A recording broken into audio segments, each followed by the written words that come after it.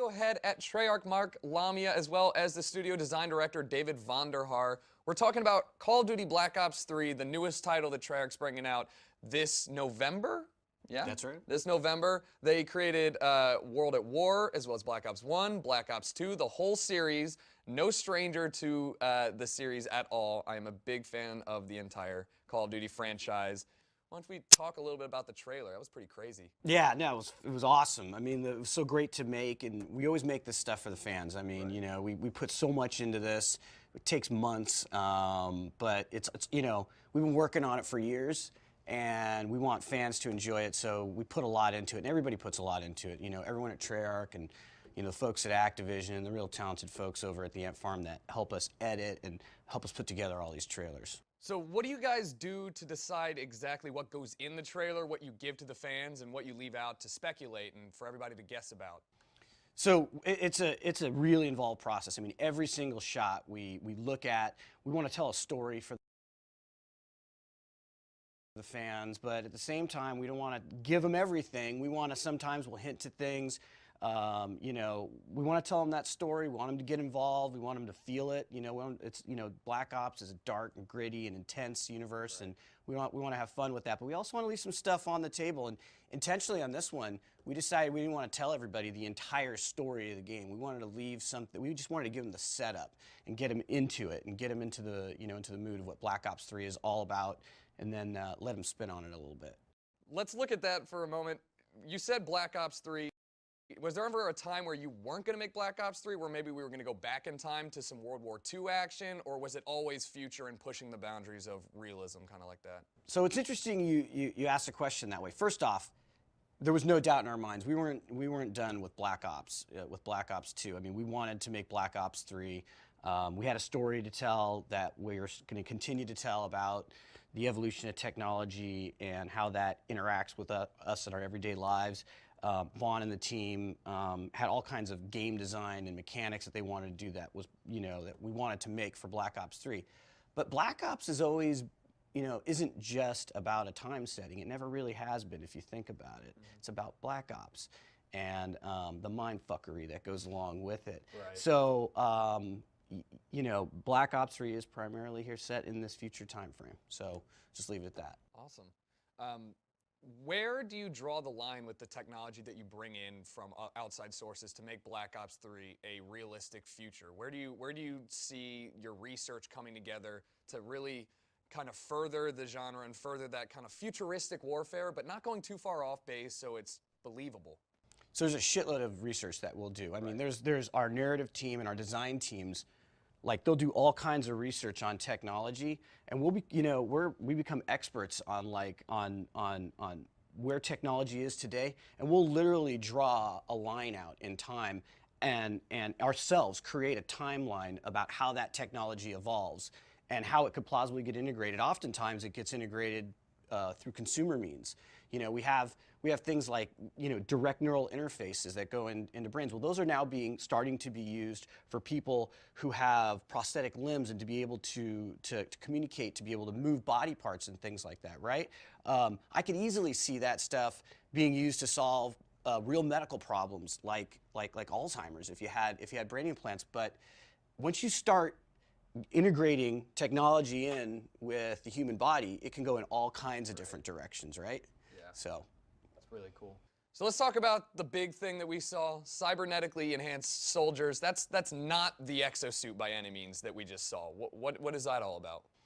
So cybernetically enhanced soldiers are, it's literally the fusion of humans with technology. I mean, we're starting to see wearables and things like that, right? As this stuff evolves, what's going on inside the military, especially with the advancement of robotics and drones and technology, you're starting to see soldiers that are going to be enhanced both physically and mentally to be able to like combat the wars of the future, right? I mean, if you're going to have that kind of technology on the battlefield, you're going to need to be able to combat that. And soldiers are basically going to be retrofitted. They're going to have upgrades, you know, and it's not just a physical thing inside of our game. It's absolutely about being connected there's like a connected network on the battlefield, right, with all this technology, and to be able to effectively combat in those kinds of future war scenarios. Okay. Does two things for the design in really interesting ways when you talk about cybernetics. So on one hand, it gives us actually a true, valid technology that can be applied to the fiction to really justify and explain what would be normally a gameplay benefit. Really, typically maybe just an icon that suddenly lets other things happen because it's an icon that you selected. Well, here you can tie it and map it to something real, and that makes it very tangible, and it's actually more tangible when we've been getting away with all sorts of shenanigans by applying gameplay to just icons that you pick in a menu. So this actually helps you in that regard from a storytelling point of view, from a fiction point of view, and really from a believability and realism point of view, because it's real stuff, it's not made up stuff.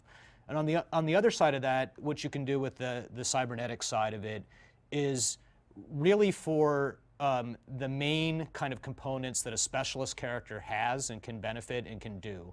The things that you will choose and select as a player and the way that you interact with those mechanics are a result of the cybernetics, and how cybernetically augmented that particular player is or isn't is somewhat in control of what he can and cannot do. And it really creates a really nice core combat loop that I think all the Treyarch Call of Duty fans are going to be pretty into when they see how it applies to the competitive MP game anyway. Right. So talking about MP and segueing from single player, at what point do you decide what does and doesn't make the cut from single player to multiplayer? Because a lot of people like to look at the single player trailer, see all this tech, and a lot of the times not everything will make it into the multiplayer. So you'll have different setups, different vehicles that won't make it in. Where do you guys make that decision on what makes it and what doesn't? This game has got, by all measures, the highest degree of integration between the sort of three major modes of the game, the campaign and co-op experience that it is, the zombies co-op experience that it is, and multiplayer, the competitive experience that it is.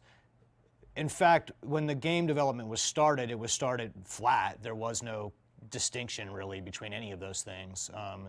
And you don't really get into that until you start to get into production, but it wasn't designed that way.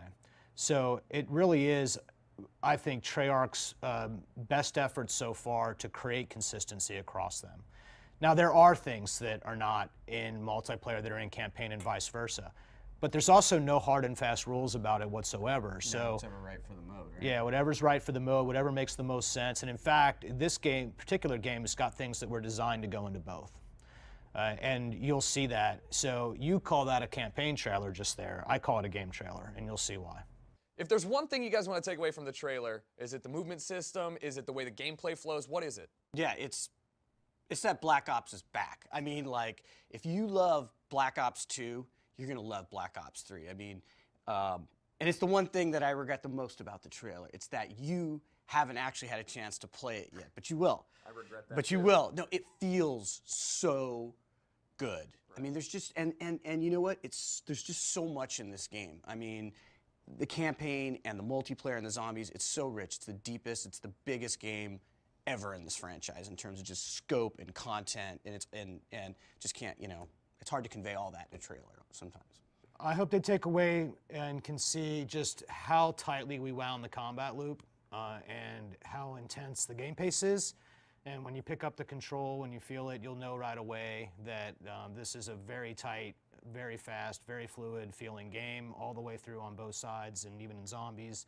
And I think players are going to, really kind of understand where we're going the second they can play it. So you guys had an extra year of development. Usually we were on that 2-year cycle before, and then with the introduction of a third studio, you had that extra year to really tune this game. How did you use that extra year? Because it's been pretty amazing. You made a whole game in 2 years. Now we have this whole extra year. You got 50% more time. What'd you do with it? Well, the Treyarch team, is seriously ambitious. So they used the time to they just blew this thing up. Every single part of this game is just huge. I mean, there is so much going into it. All the new gameplay features, takes time to develop those and iterate them. The feel of this game, I mean, they labored over that feel of the game until they started building out the environments. They kind of, design, control, and map design, that goes hand in hand, like right from the beginning. I mean, before you start arting stuff up, these guys are just grinding on that and iterating on it.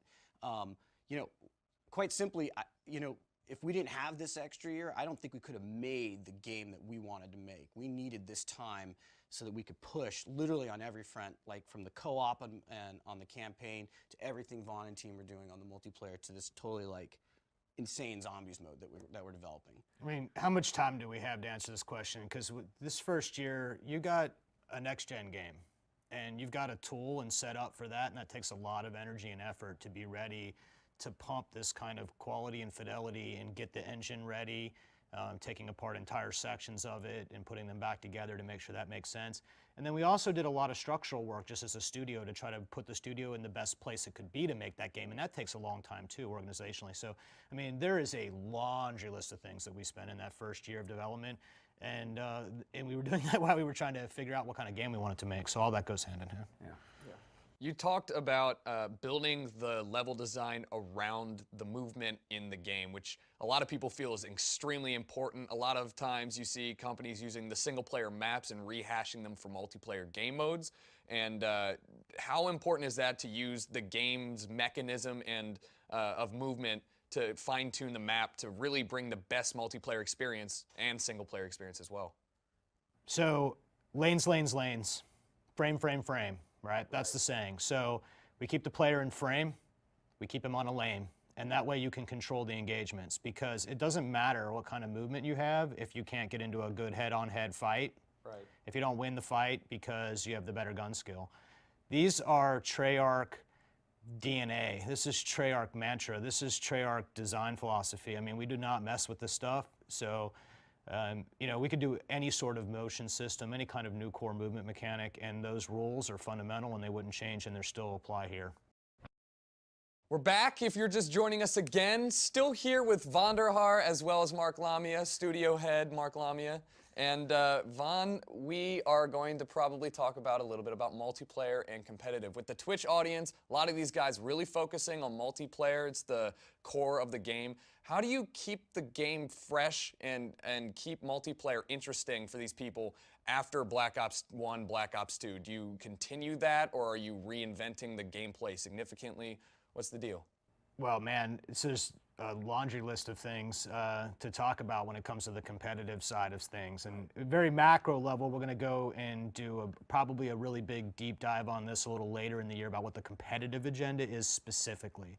I have a lot of stuff to tell you about that. But look, Fast and Furious gameplay requires a good competitive bent. People give me a hard time internally because they say, well, you know, was it fun? And I said, well, was it balanced? And if it's balanced, it'll be fun. And I believe that, and it's in my heart, and I catch a little slack for it sometimes. It has to be a competitive game. I think there's going to be things in here that the super competitive folks find really appealing. I think there's going to be stuff in here that the casual competitive folks find appealing. It's a big audience. There's a lot of players. They all want something a little bit different out of the game. You know, you have to think about that really carefully to try to figure out which areas you push into. And in the case of Black Ops 3, you push in both areas really hard, and that's exactly what happened. From Black Ops 2 to Black Ops 3, what are the main core components that you've brought from the last-gen title to the next-gen title? Because you have all this new hardware available, you have all this new technology. What core components did you keep that everybody's going to be happy to see in Black Ops 3?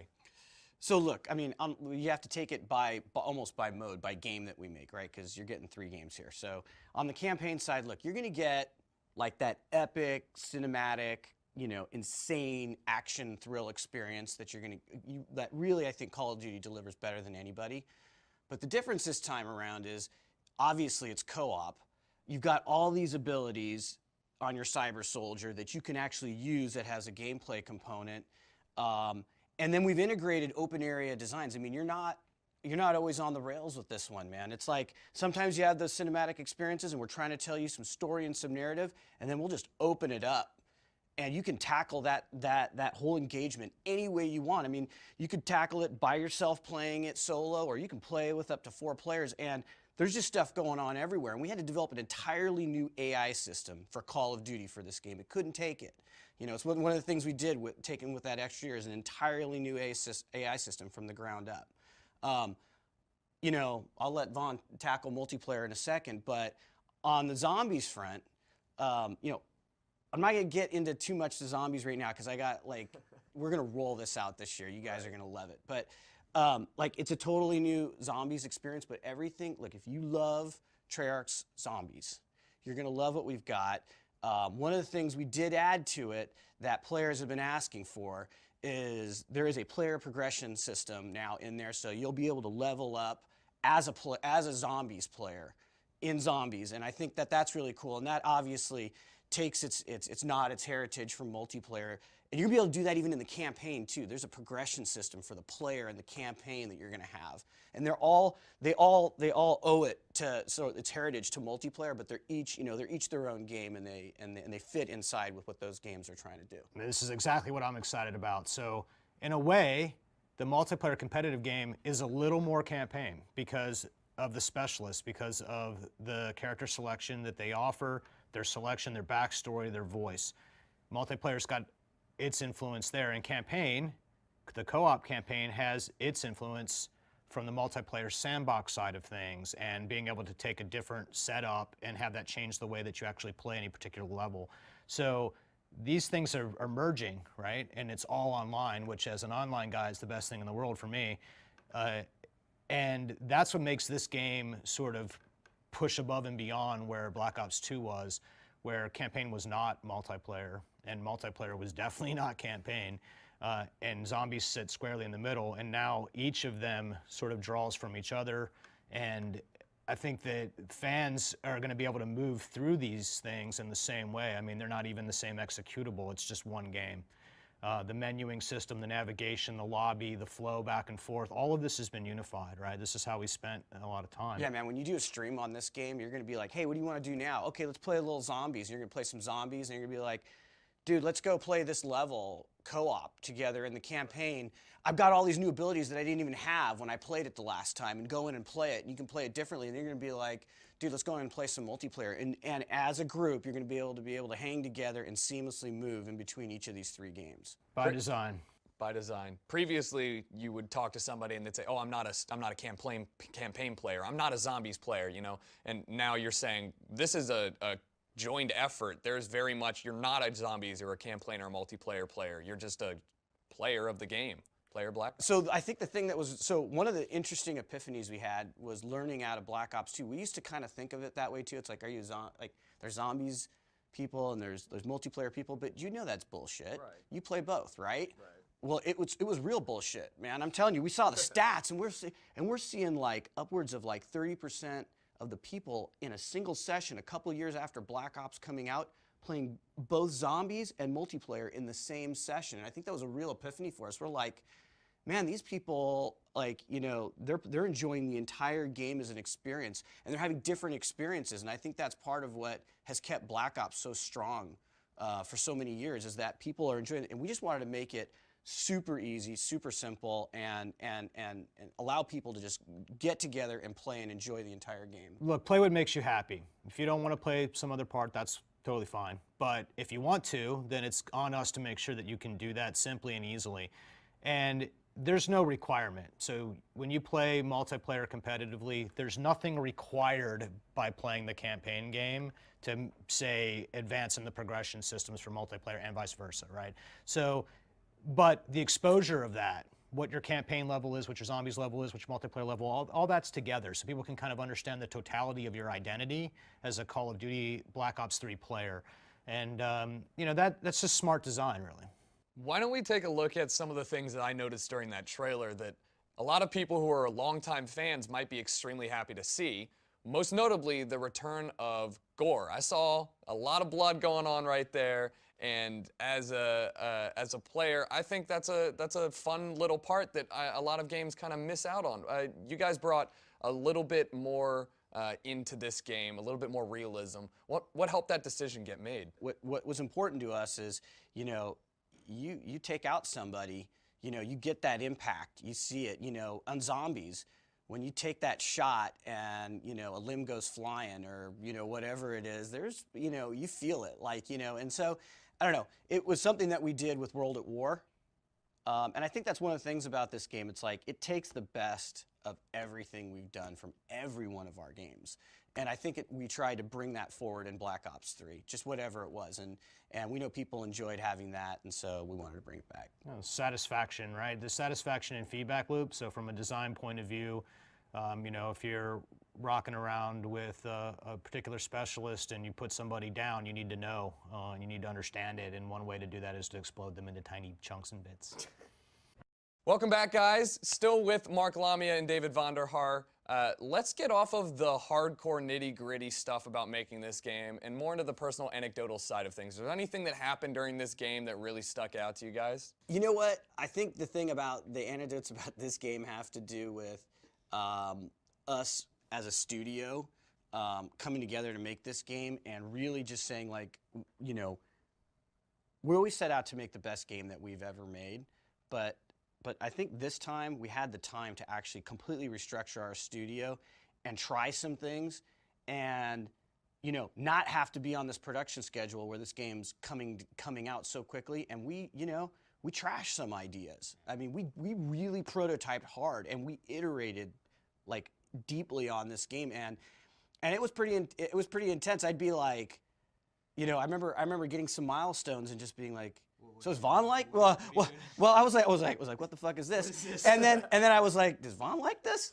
You know, but you know, and really going through it more so than we ever have before, like really experimenting and getting to like what the core essence of this. And it always came down to, like, it always comes down to fun and does it feel good, right? We could apply the, you know, there's a lot of talk about the fiction and these, you know, cybernetically enhanced soldiers and everything. And that's all, there's a lot of work that goes into that, but make no mistake, it starts with gameplay, and then, you know, and then we work out all that other stuff. Man, I was holding my breath for probably 9 months. I'm like, Jesus, what, you know, like, it took a while. It took a while. You had to learn how to have the time to fuck it up and fail and move on if it wasn't working. And when do you do that, right? Because we had been wired to do that on a particular cycle, right? So your internal clock after, what is it, 10 years, you and I, in this building together, you know, there's just this point where your clock says it's time to move on, it's time to cut it. My clock went off. Right, so you have to rewire, right? But in the end, it's actually a lot healthier because the level of polish that you get to do, the amount of lessons that you learn, I mean, when you do this kind of motion, you have to relearn how to make maps. You have to relearn how to build combat around it. You have to, and with it. And, you know, anecdotally, it was scary at points. Yeah. I mean, like when you talk about, like when I was working with the campaign team, it was like, you know, before we were trying to like script particular gameplay moments that would be totally awesome and fun to play, and when we made this new AI system, we were writing script to contain the AI because it was too smart. And sometimes, by the way, that may not actually be fun. It's like, man, if you're pelting somebody and they're just hanging out behind cover the whole time, that's actually pretty smart. But it's not really fun after a while too. So we actually had to rethink how we were making the campaign for co-op, how to integrate this entirely new awesome movement system that Vaughn and his team had developed, you know, across the game modes. It's a lot of stuff. Yeah, from a game perspective, right? Not a multiplayer perspective. So a lot of everything we were doing in the, you know, the first year and even a year and a half really was not for any particular part. It was for the game. And I mean, I personally spent time in this room that we're in now, you know, working on something that's not in the game. But if we hadn't done that, we would not have known what to do and not do. And you have to learn how to do that stuff. And you know, I think that stuff will find its way, and if it hasn't already kind of influenced the game in other ways. But I don't think I've ever worked on something for so long that just we don't have as we knew it then, right? So I think that's okay though, and thank God that anecdotally we had the opportunity to do that and learn. So you talked about taking risks, and there were just things that did not make the cut, things that just did not make it into the game. Do you have any examples of things that, you know, Vaughn said he was working on something for a while and he just ended up not having it? Do you have any examples of those things? Yeah, most of Vaughn's work early on in this game I cut. No. It's funny because it's true. Yeah, we tried all kinds of stuff. I mean, I'll get anecdotally on the campaign side, but to get the right formula that we wanted for what a campaign game would be, it's like we took it the entire, you know, we go to one side of the spectrum. We'll do this a lot in design where we will just go to an extreme. And so we had to work on that to get that right balance between making sure we have something that feels cinematic and epic and you can do narrative and it can have variety because players just, you know, they play each level, they want it to feel different, right? And then, but we also wanted, but it was so fun to have some of those open-ended area gameplay. And on top of that, with all the new mechanics that we wanted to bring in. And so, yeah, we had to cut stuff on that front and bring things forward on this front. You know, it really was an iterative process getting where we got to. And what we did is we struck this beautiful balance between everything you love about Call of Duty, but everything, you know, you wished Call of Duty had, you know, in its campaign after you'd been playing it for a while. And I really think we got a really nice balance for players that they haven't experienced before. There's two things we do a lot of, and this time around, because of the extra time, you have the opportunity to do them really well and invest in them really heavily. And if you hadn't pegged the meter, if you hadn't opened up the game world entirely, if you had not done that, then you cannot build the systems that allows you to really change the way that you play based on how you're loaded out and equipped and what things you select, you know, other than just a gun. So those things become the other things. You don't know it at the time, right? At the time, it just feels like, oh my God, that's not working. But it's later that you realize that you go from there. The other thing that we do, which always drives me absolutely crazy, but is still the absolute right thing to do every time, is we actually just almost take the entire game away. We'll like pull the whole game apart, right? We'll be like, let's just go see if anybody misses this really important feature that we've had for years for a while, and we'll put it over to the side and we'll turn it off. And I'm going, oh my God, oh my God, oh my God, what are we doing? What are we doing? What are we doing? And then you realize actually not important, or oh my God, that's really important, right?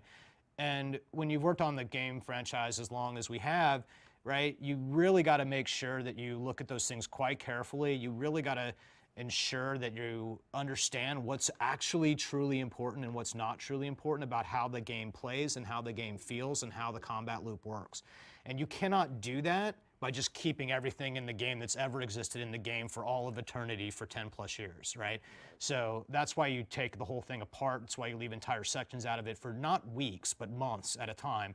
And it's scary, as you know what, and but in the end, you learn what's really important so that you can craft the experience that you're trying to craft with this one.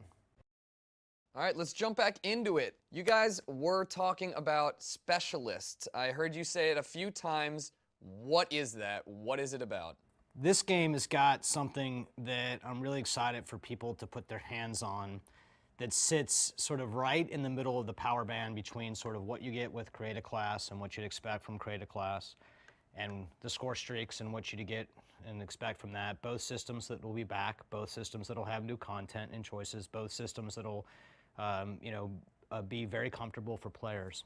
But it leaves something to be desired in the middle of the power band, and that is the specialist. And a specialist he's a hero, he's a character, he's a selectable item that players will pick.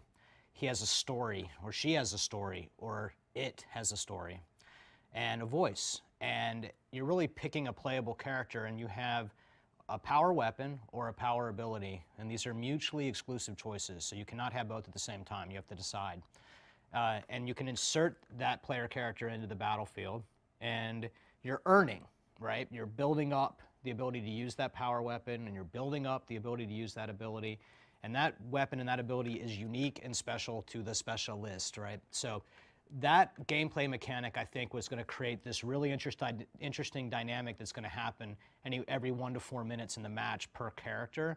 And it's really about, game pace, breaking the game pace and making you think. And that's something that when we talk about our core combat loop, we talk about it a lot as being really important.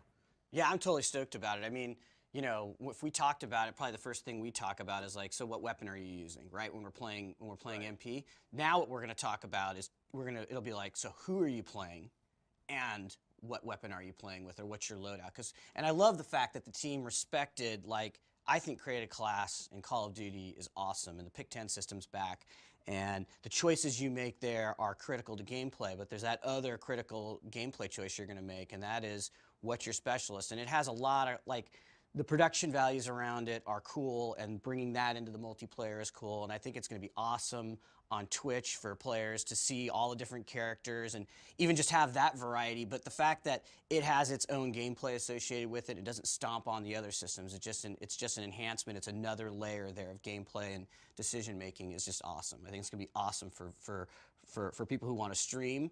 For variety, but I think it's going to be awesome for people who want to watch and see. And the other cool thing about it is, as you continue to play these guys, you'll be able to develop them more uniquely as well. And I think that's going to be awesome too for players. Puts a nice spin on what it means to look at a character, right, and making the character your own and feeling like a part of the game in that way. And that's what Mark's talking about, the progression of the specialist and what choices you make as you progress them through the leveling system.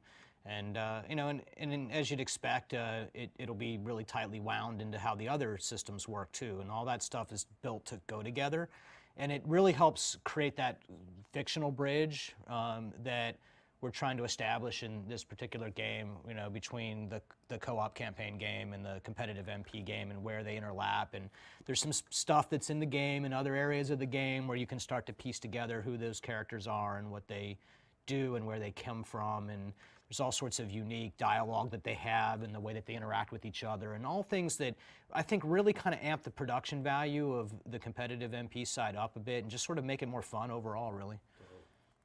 So we did not talk too much about zombies yet. It's not your babies specifically. You guys deal with them, but no, man. They're all your babies. They're all my okay. babies. The studio head should have every single aspect as his own. But where do you guys see that being a progression from Black Ops 2? And besides the fact that it all intertwines, how do you guys see zombies taking that next step forward, like you are with multiplayer and campaign? All right, so promise you guys, we're gonna go all out on zombies this year. You guys are gonna get a ton of it. I'll tell you a few things about it. First off, we are making the most rich, the biggest zombies experience Treyarch's ever made, and it's Treyarch zombies. Okay, right. I'm just gonna leave it at that. But the thing about us is, you never know what we're bringing, because we'll fuck with you. Like, we're gonna make, like, it is trust me, it is a mind-blowing experience. It's its own game. And what's so cool about it is it's deeper than it's ever been. We're introducing some exciting new systems that fit within it, but don't mess with the simplicity of the thing that we all love when you start in zombies. It's just so easy to get into and play, right? And there's a beautiful progression to it, and it's, getting to that next round, and I can do that the next time I play it, and all that stuff is there. But we do have a player progression system in it, which I'm not going to get into. But that's kind of cool because it really rewards your investment as a zombies player as you rank up, right? I think there's that recognition, not just in the leaderboards, but having that rank as you go through it. But the thing I want to just say is, like, in total, zombies players are going to be blown away. That fan base has been just awesome to us, and we love that they love the game. It's really the only reason it exists, because we say it now, Call of Duty Zombies, but if you had said that a half a decade ago, it doesn't flow as nicely, and it's only because the fans have supported it. So we're totally leaning into it with this. We got a ton of surprises, and they're gonna have a lot of fun with it for years. How are we looking at weapons now? In multiplayer and single player, are we just introducing more new fictional weapons, or is it the same system? What's going on with weapons this time? Vaughn? You pointed at me. Guns, guns, guns, right? So, look, we have the most talented weapon artist on the planet, and the way to deal with weapons in this game is with this feature that we call the gunsmith. So the gunsmith has three major components to it. So First off, let's talk about camos. You know about camos. We've used them before in the progression system. They're actually really important. We have usually 2 types of camos that we do. We usually have the sort of core, military style camos, and we have the kind of more fun camos. And then beyond that, we get into golds and diamonds and all the kind of fancy, rush to kind of figure out what hidden camo exists in the game. There's no hidden camos in this game. So this game, on top of the gunsmith, lets you paint the gun. So this is a type of camo editor, or in layman's terms, emblem editing for weapons, right? So you're actually you're putting decals on guns and you're painting it the way that you want. You're applying material surfaces and properties to it, right? So that lets you sort of stack that with the camo in interesting ways to create unique designs. So, one can imagine the Jericho style, Twitch banner ad or art right on his weapon, advertising in first person the whole time. Is that a thing I can do? That's a thing you can do. Oh my God. So the last part of the gunsmith story is what we call the attachment variants. So you've seen attachments before. Black Ops 2, we started to visualize attachments. As you know, from a gameplay point of view, we rip perks up, we put them in the attachment system. That helps with gun tuning. But this game also has what we call the variant attachment. So this is about how the attachment looks. So every attachment in the game offers gameplay like you'd expect, but then there are variant versions of it that are cosmetic in nature. So these are designed to modify the look of the weapon. So you take your camo, you take your paint job, you take whatever variant attachments that you have managed to unlock, you combine them together inside of the gunsmith, and you can save and name it as a variant. You can load that variant and create a class and play with it, and then you can also sort of, socialize that weapon so people can see your particular creation. So, like, the thing that I love about the gunsmith is I can build my weapon. I mean, you get your stock, and then you're adding on your attachments, and I literally, in the gunsmith, can build the weapon that I want. It's fucking awesome. And then, like what Vaughn was saying, is at that point, then you can, like, if you want, you can totally personalize it and customize it. I mean, it's your weapon, man. This is my weapon. This is my gun. This is it. Like, this is the feature. This is one of the features I'm most excited about, because the weapons are just shit hot. They look awesome just as is, and then you can personalize it and you can build it out. It's just sick. I mean, you can add twice as many attachments as you've ever been able to. So in your pick 10, you could be like, you could add up, in Black Ops 2, we could add up to 3 attachments, right? Boom, you want a 4th? That's fine, you could do that. You wanna go 5? You could do it. You wanna go 6? You can do it, but dude, you're out. Like, you've used all your wild cards, you've used all your attachments, but man, you got this, like, you got this awesome weapon. Like, it's just awesome, right? It's just so, and so I think, like, the amount of combinations of weapons and that you will personalize to your play style is just, is awesome. And it's of course, it's always a trade-off with whatever else you want to, with whatever, gadgets or grenades or anything else that you might not be able to take, or secondaries. All that stuff is still in play. But just the variety of weapons and the way you can build it out is just awesome inside there. That is the single most exciting thing I've heard in a while from, like, a longtime Call of Duty fan. Customization has always been something that everybody's excited about. You wanted to get that red tiger camo. You wanted to have your gun be the special one. And with the emblem editor in Black Ops 2, you had that extra little bit so you could actually see, I killed you with your own weapon. Like, that hurts, that hurts. Now my neon pink and green camo weapon is truly my weapon. That's really exciting. It seems like customization is huge this year, especially for you guys.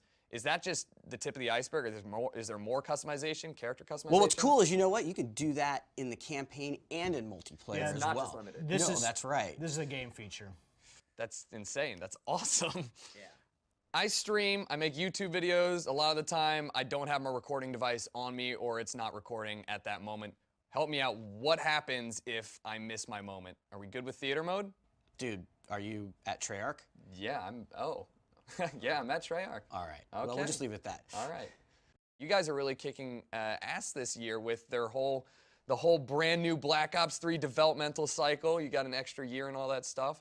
And as we get close to E3, you guys have some announcements. I'm going to be there. We're going to bring some of these viewers here. What do you guys got for us at E3? Yeah, I'm totally stoked about E3. For the first time ever in the franchise, we're bringing multiplayer to E3 for like on the show floor. It's going to be awesome. I mean, and I think that's the thing about this game. It's like you got to get your hands on this game. It feels so good. And we know that not everyone can make it to E3. Right. So for the first time in 7 years since we did it on World at War, for the fans, we're gonna have a multiplayer beta. And I'm gonna drive Vaughn crazy with that. But like, it's just awesome. Look, we believe that you need to play. Let's get going. We're going to put the game in your hands as soon as we can. So we're totally stoked that fans are going to get to play the game before it launches. And, you know, you'll help me out, actually, when you do. Yeah, you guys are going to take a lot of the feedback from beta and use that as a way to fine-tune the game even more. It's been one of the biggest things we've all asked for is let us play the game early, please. We all want to. It's exciting, right? Yeah, I mean, we can get a lot of valid data out of a beta to be early enough in the cycle where there's still time to make adjustments for, you know, actual launch, and then certainly post-launch, you know, that we don't quit after the game goes out. We keep working for a long time. Well, thank you guys for taking the time to sit down and talk with me, give me all these tidbits of information. I know Twitch chat's pretty excited trying to read between the lines. If you want to get your hands on it, where do we go? What do we do? Well, first it's going to be at E3, right? If you're there at E3, come on by. We're going to be playing. Say hi to Vaughn. And if you can't make E3, we realize a lot of you guys can't make E3. You can get in on the beta if you pre-order the game, and we'll be bringing that to you guys later this year. Awesome. I'm extremely excited, and as you all know, you will also get to see multiplayer revealed at E3, and the race will be streaming it as well for the first time. So get excited, and thanks, guys. Appreciate it.